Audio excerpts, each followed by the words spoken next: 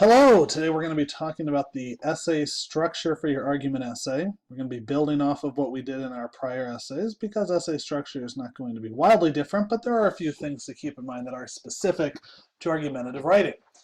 First of all, we're going to start with an introduction, just as we've always done before. That's going to involve a clear attention getter. Remember, as always, that you picked the topic, so there should be something about it that interested you. Try to share that with the reader. Background on controversy that is relatively neutral. Now with this, you do want to give background like on any topic, but don't be drawn to trying to start your argument right away. You want to give your reader a little bit of general background before you start making your specific case. That'll show you as more open-minded and also give a broad scope of what the topic is. Who cares and so what? Talked about that from They Say, I Say. Make sure you, in other words, make it clear why this topic matters to your reader, why somebody should spend time reading your essay and even listening to your argument in the first place. And then finally, as we talked about in a previous lesson, the thesis should be arguable, appropriately qualified, strongly worded. If you need to review what that's all about, please check out the video on argumentative thesis statements. So that's what your introduction will look like in this argument essay. Now for the body paragraphs, some things to remember. Individual paragraphs need an individual reason for the thesis to be true. That's really what the driving force of each paragraph should be. And the topic sentence should follow what's called the because test. In other words, you should be able to put the thesis, then the word because, and then say the reason. If that all fits together as a grammatical sentence, then you've written a reason that works. Now you need to make sure the logic is also sound, but the because test makes sure that you're focused on the right type of writing.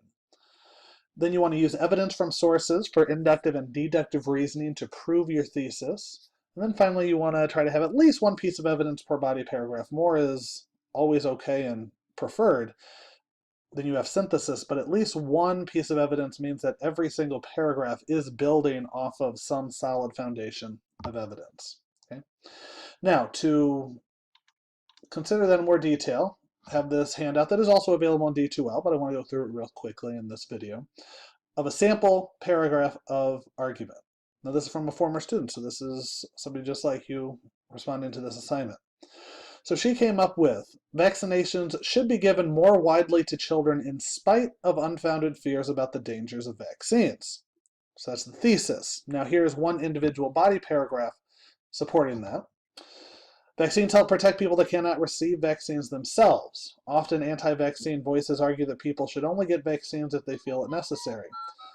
If a person chooses not to get a vaccine, they argue, then that person is the only one in danger of contracting a disease like the flu or measles. It will not affect people who choose to get vaccines. This is true, but there's a danger to other people. According to the Centers for Disease Control and Prevention, the CDC, immunizing individual children also helps to protect the health of our community, especially those people who cannot be immunized, children who are too young to be vaccinated, or those who can't receive certain vaccines for medical reasons. Some children cannot receive vaccines, so the only way for them to be protected is if fewer people carry the disease in the first place. Thus, wider vaccination will help protect the entire community. Then here's a breakdown of that argument. That's a very well done paragraph. So the reason is vaccines help protect people that cannot receive vaccines themselves. If you look at the thesis and then read that with the because test, vaccinations should be given more widely to children in spite of unfounded fears about the dangers of vaccines because vaccines help protect people that cannot receive vaccines themselves. That makes sense. It's logical. Just drop the word because, and you have a good thesis and a topic sentence.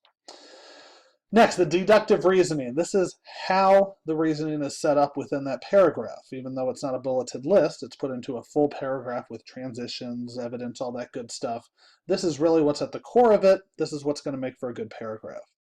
First, some children cannot get vaccines. That's a principle that is supported by evidence. She cites, those children will be safer if all other people have vaccines. That's a principle that is also supported by evidence. Now, the children should be protected from disease when possible is an assumption somebody would make. The benefits of vaccinating everyone possible is worth the trouble, which is another assumption. This person's assuming that the reader would agree. You have to make that decision.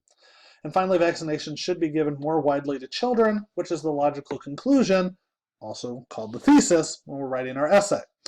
So think about how all of those things play out here. With that evidence, with those details, making it a very strong, deductively reasoned body paragraph. This is what you should do throughout your essay. Next, counter-argument. Some things to remember with this. You're going to acknowledge, concede, refute. Once again, if you don't remember how to do that, check out the accompanying video. Now, this can either be done within a reasoned paragraph or in its own paragraph. If it's going to be within its own or within another paragraph, it's still going to have a topic sentence stating the reason, your reasoning and evidence for that reason, like we just saw, and then at the end of the paragraph, a counter-argument of that individual point. So for instance, in this paragraph, if the person wanted to counter-argue that vaccines help protect people that cannot receive vaccines themselves, that person could put that in this paragraph. However, we can also do an entire paragraph of counter-argument. This is where the whole paragraph is that acknowledgement, conceding, refuting.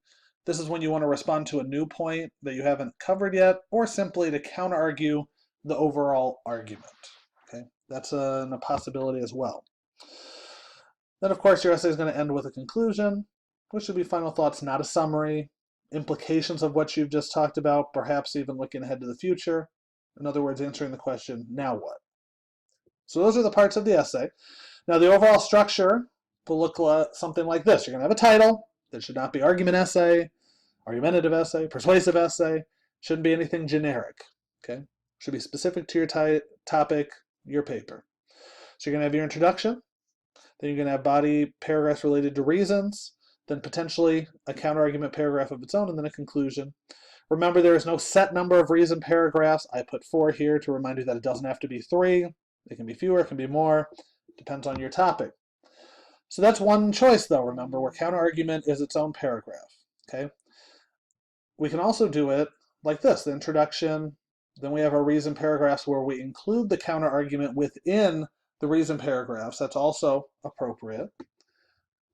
Or it can even be a combination. You could have paragraphs that have counter-argument within the paragraph towards the end, and also an entire paragraph of counter-argument separately. And any combination of that. Where you put the counter-argument is not as important as having it, and having it effectively serve your overall purpose. Okay? As long as you have some counter-argument and enough, that should be sufficient. So, taking all this into account, make sure you have a solid introduction, body paragraphs driven by reasons and evidence, counter-argument, and a conclusion. If you do that, your good ideas can come forth much more easily for the reader and make for a much more enjoyable and easy to comprehend argumentative essay.